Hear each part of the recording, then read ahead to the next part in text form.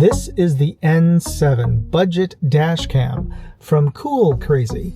Yes, that is the name of the brand. And no, it doesn't sound very high-tech, but does the camera actually work better than the name implies? Let's find out.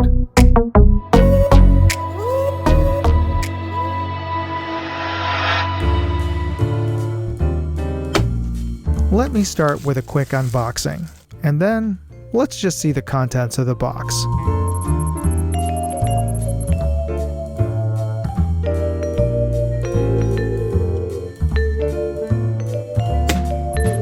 This is the N7. It is a 4K dash cam from Coolcrazy.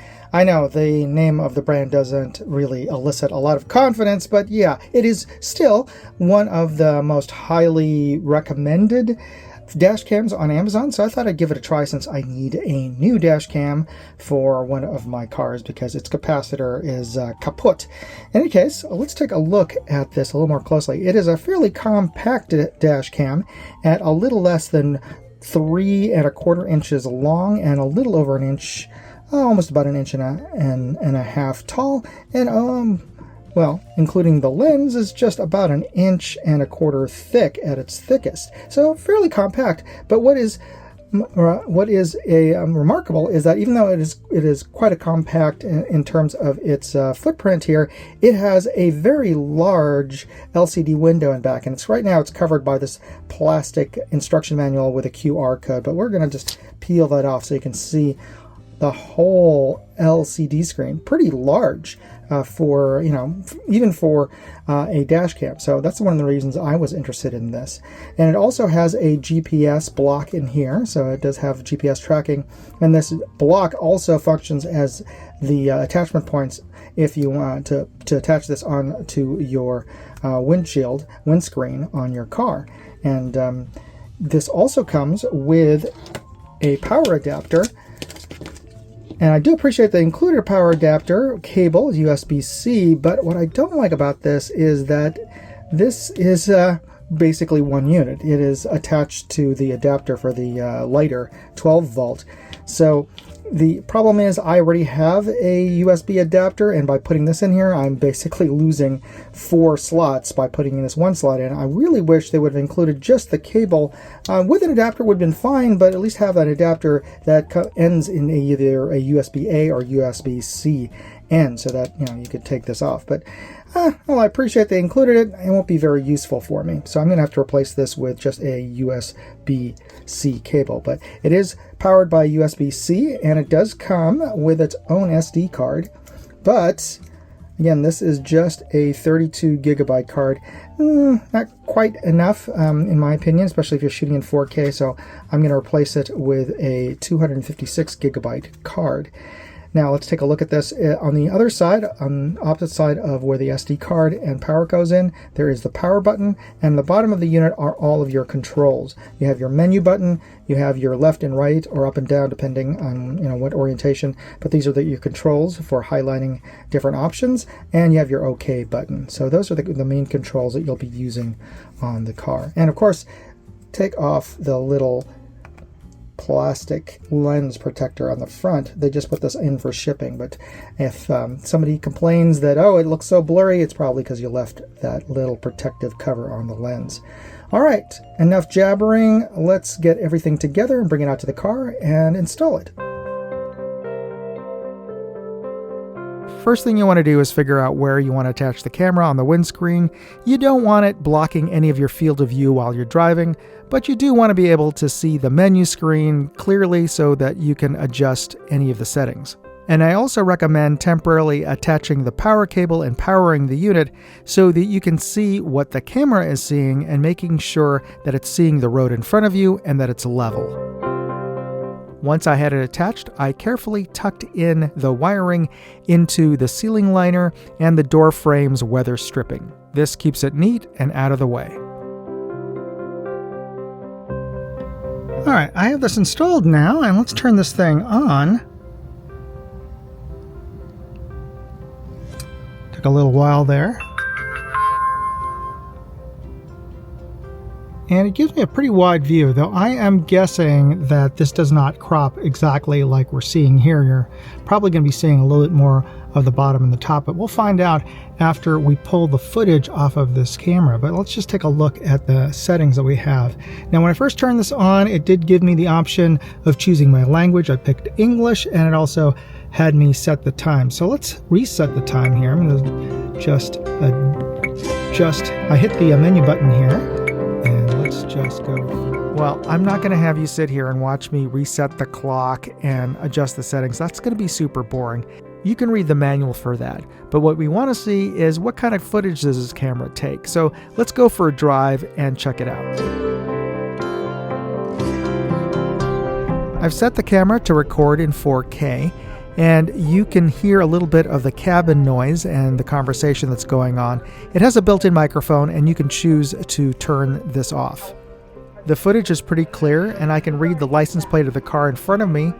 And I've paused the footage here. The camera is clear enough that I can also read the license plate of the car across the street as it's driving past me. Now let's take a look at how well this camera works at night, which is where most dash cams struggle with recording details, especially license plates.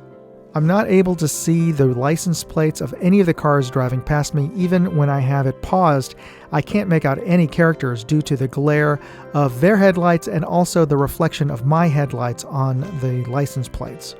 And I can't see many distinguishing details about the make or model of the cars driving past me, other than one of them was white.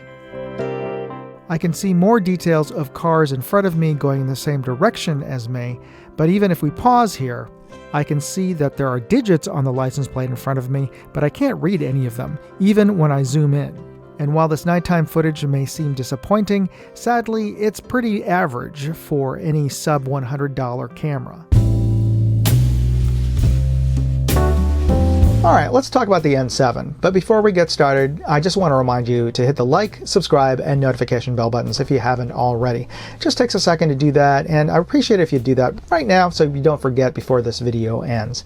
Now, the N7 comes from a company called Coolcrazy, which doesn't quite bring up a lot of confidence in terms of such a silly name, but the product itself certainly is pretty cool, and crazy how small and affordable this is at around $50, which, yeah, for the kind of features and performance actually makes this a really good value. Now, to get something this small and this affordable, there are some compromises that were made. Most notably is its low light performance is kind of mediocre, and to be fair, practically every camera that I've used as a dash cam has pretty poor low light and night performance. It's almost impossible to read license plates at nights with any dash cam that I've tried and tested out, even ones that are over $150. Maybe there are some better ones out there. Let me know in the comments if you found a really good dash cam that really allows you to read license plates at night.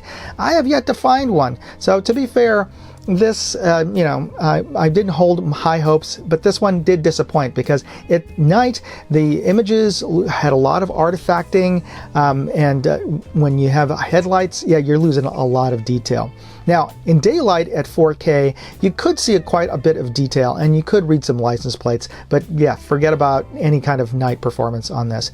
You are able to, be able to tell some details about the vehicles that are around you, the color, potentially the make and style of the vehicle. So in an accident situation, this is very useful. As a sort of hit and run kind of identifier, maybe a little less so, but much better in daylight. And the 4K footage isn't too bad at all. Now, this one also has a very large LCD screen in back. Usually when you have a camera that is this small in terms of a form factor, it requires you to use your phone as your monitor for what it's seeing through the camera. This one has practically the entire width of the rear is the LCD screen, so it's quite visible what the camera is seeing. It's seeing more than you're seeing in the LCD screen because you're not seeing the top and bottom of what the camera is seeing. And it's very easy to read the menu options here. So I appreciate the fact that I don't have to download some rando app and keep it on my phone to use my dash cam.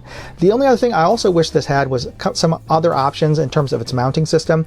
It has an adhesive pad and a base that you clip on, or you attach onto your windscreen and clip this on to the base. I wish it had some options for using a suction cup or something else, but again, it works. So I really can't complain. And my only other pet peeve is I wish the power adapter was just a 8 or 9 foot USB-C to USB-A cable. That way I could attach it to my power adapters that I currently have. When you use the one that comes with it, you're really limited. It just takes up your entire lighter or power socket. So yeah, that is kind of a downer, that the kind of power adapter they included is kind of very basic. But otherwise, for the price, I really can't criticize too much about this. It's a great little dash cam. It works, and for the price, I think it's a good deal. If you're interested in picking one of these up, I've included all the information I have in my full written review at moondogindustries.com, and you'll find a link to that article in this video's description. Check that out. Anyway, thanks again for watching. You be safe out there. Moondog out. Hey, I'd like to know what you thought of this video. Leave me a comment or chat with me on Facebook, Twitter, TikTok, MeWe, Instagram, or Locals. And if you want to see all of my videos, go to moondogindustries.com.